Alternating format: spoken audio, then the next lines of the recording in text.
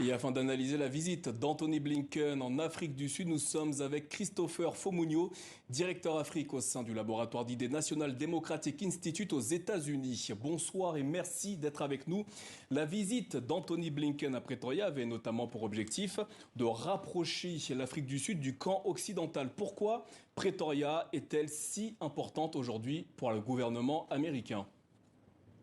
Effectivement, je pense que tout le monde doit reconnaître l'importance de l'Afrique du Sud comme État-nation sur le continent africain. Donc, l'Afrique du Sud pèse dans les relations bilatérales avec les États-Unis, mais également sur le plan des relations multinationales concernant pour ce qui est du continent africain, parce que c'est une puissance sur le continent et la voix de l'Afrique du Sud compte sur l'Afrique, sur le continent africain, aussi bien sur les questions internationales. Un véritable partenariat entre les États-Unis et l'Afrique, c'est ce que propose Anthony Blinken aujourd'hui en Afrique du Sud. Cette nouvelle relation est-elle de circonstance ou s'agit-il d'un réel projet d'égal à égal ?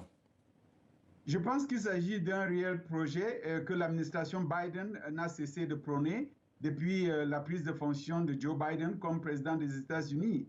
Et vous vous souviendrez que l'un de ses premiers actes était de passer un coup de fil à l'Union africaine pour confirmer ce message, ce désir d'avoir un nouveau partenariat avec l'Afrique qui serait différent de la manière dont son prédécesseur avait géré ses relations avec le continent. Et cette visite aussi tombe à quelques mois du prochain sommet États-Unis-Afrique qui est programmé pour le mois de décembre. Ça voudrait dire qu'effectivement, l'administration Biden y tient et la visite du secrétaire d'État Blinken va dans ce sens.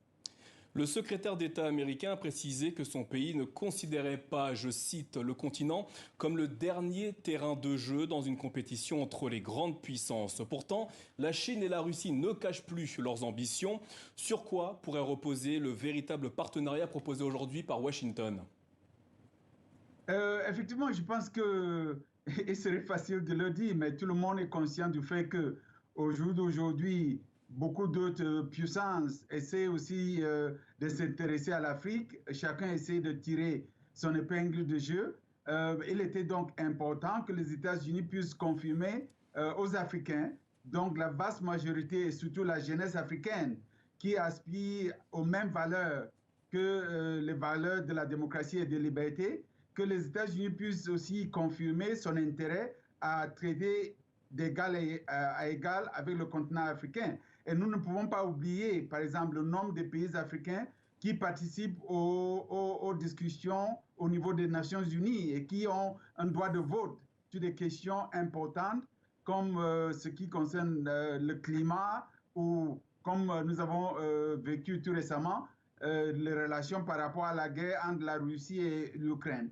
Donc, on ne peut pas négliger complètement le poids de l'Afrique, mais en même temps, il ne faudra pas qu'on donne l'impression aux Africains qu'on ne s'intéresse à l'Afrique que dans une considération géopolitique pour contrecarrer d'autres puissances.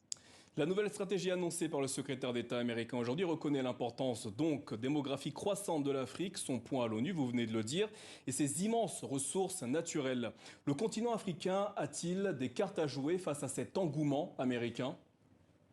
Oui, je serai le premier à le reconnaître et je pense que beaucoup parmi nous insistent à ce que nos leaders politiques en Afrique puissent vraiment profiter de ce poids démographique et de la recherche de notre sous-sol pour être beaucoup plus actifs à négocier des partenariats qui bénéficient aux populations africaines.